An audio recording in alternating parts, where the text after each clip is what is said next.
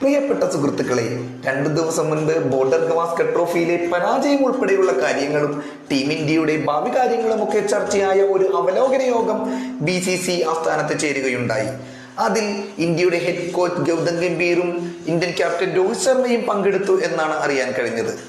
തുടർന്ന് ടെസ്റ്റ് തോൽവികൾക്കുള്ള കാരണം രോഹിത് ശർമ്മയും വിരാട് കോഹ്ലിയും രവീന്ദ്ര ജഡേജ എന്നിവർ അടക്കമുള്ള സീനിയർ താരങ്ങളുടെ സ്ഥിരതയില്ലായ്മയാണ് എന്നൊരു പ്രോഗ്രസ് റിപ്പോർട്ട് ഇറക്കി എന്നാണ് പല മാധ്യമ റിപ്പോർട്ടുകളും വായിച്ചപ്പോൾ മനസ്സിലാക്കാൻ കഴിഞ്ഞത്. ഞാനിവിടെ പറയാൻ വന്നത് അതൊന്നുമല്ല, യോഗത്തിൽ ചർച്ചയായി എന്ന് കരുതപ്പെടുന്ന മറ്റൊരു കാര്യത്തെ പറ്റിയാണ്. അതിനു മുൻപ് ഈ വീഡിയോയിൽ എനിക്ക് ചില തെറ്റുകൾ സംഭവിച്ചേക്കാം. അതൊക്കെ ക്ഷമിച്ച് കഴിയുമെങ്കിൽ ചാനൽ സബ്സ്ക്രൈബ് ചെയ്ത് ഒന്ന് സപ്പോർട്ട് ചെയ്യുക. അപ്പോൾ രോഹിത് ശർമ്മയ്ക്ക് ശേഷം ഇന്ത്യയുടെ ടെസ്റ്റ് ക്യാപ്റ്റൻ ആരെന്ന് ഞാൻ നിങ്ങളോട് ചോദിച്ചാൽ ഒരു സിമ്പിൾ ക്വസ്റ്റ്യൻ അല്ലേ എന്ന് നമ്മളിൽ ഭൂരിഭാഗം പേരും ചോദിക്കും. ഉത്തരം അപ്പോൾ തന്നെ പറയും, ജസ്പ്രീത് ബുംറ. കാരണം ന്യൂസിലൻഡിനെതിരെ, ഓസ്ട്രേലിയക്കെതിരെയുള്ള ടെസ്റ്റ് സീരീസിലൊക്കെ ബുംറയായിരുന്നു വൈസ് ക്യാപ്റ്റൻ. രോഹിത്തിന്റെ അഭാവത്തിൽ ഓസ്ട്രേലിയയിൽ ക്യാപ്റ്റനുമായി ബുംറ.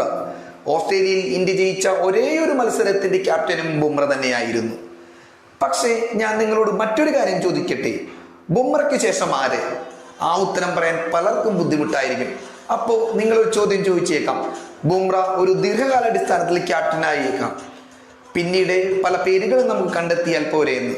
പക്ഷേ ഇപ്പോൾ തന്നെ നാം അതിനെപ്പറ്റി ചിന്തിക്കേണ്ടിയിരിക്കുന്നു. കാരണം ബുംറയുടെ ഫിസിക്കൽ ഫിറ്റ്നസ്, ജോലിഭാരം എന്നിവ പരിഗണിക്കുമ്പോഴും പല തവണയായി പല പരമ്പര കഴിയുമ്പോഴും അദ്ദേഹം വിശ്രമത്തിൽ തന്നെയായിരിക്കും.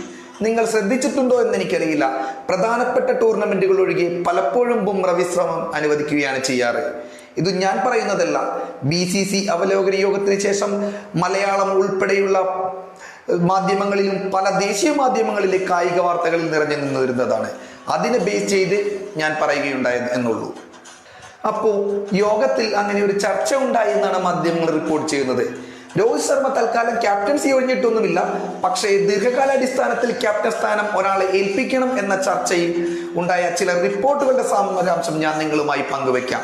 ശേഷം നിങ്ങളുടെ അഭിപ്രായം കമന്റ് ബോക്സിൽ രേഖപ്പെടുത്തുക.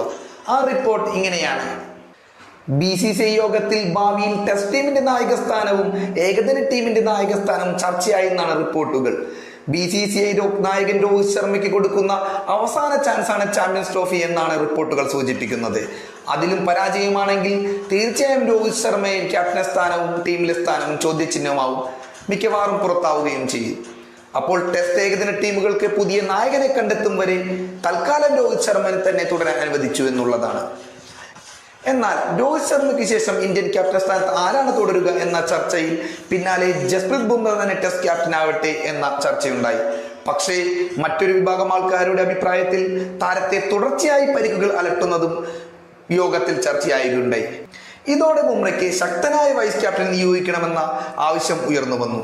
ടെസ്റ്റ് ക്രിക്കറ്റിൽ യശസ്വി ജയ്സ്വാളിനെ വൈസ് ക്യാപ്റ്റനാക്കി നിയമിക്കണമെന്നാണ് Indian cricket team coach Gautam Gambhir അഭിപ്രായപ്പെട്ടതാണ് പല മാധ്യമ റിപ്പോർട്ടുകളും സെയിമായി ഉയർത്തുന്ന കാര്യം. എന്നാൽ പല BCCI അംഗങ്ങളും നായകനായി ഋഷഭ് പന്തിനെ അനുകൂലിച്ചു എന്നാണ് കേൾക്കുന്നത്. പിന്നീട് ഏകദിന ക്രിക്കറ്റിന്റെ കാര്യമെടുത്താൽ ഏകദിന ക്രിക്കറ്റിലും ജസ്പ്രീത് ബുംറയുടെ പേരാണ് ഉയർന്നു വന്നത്.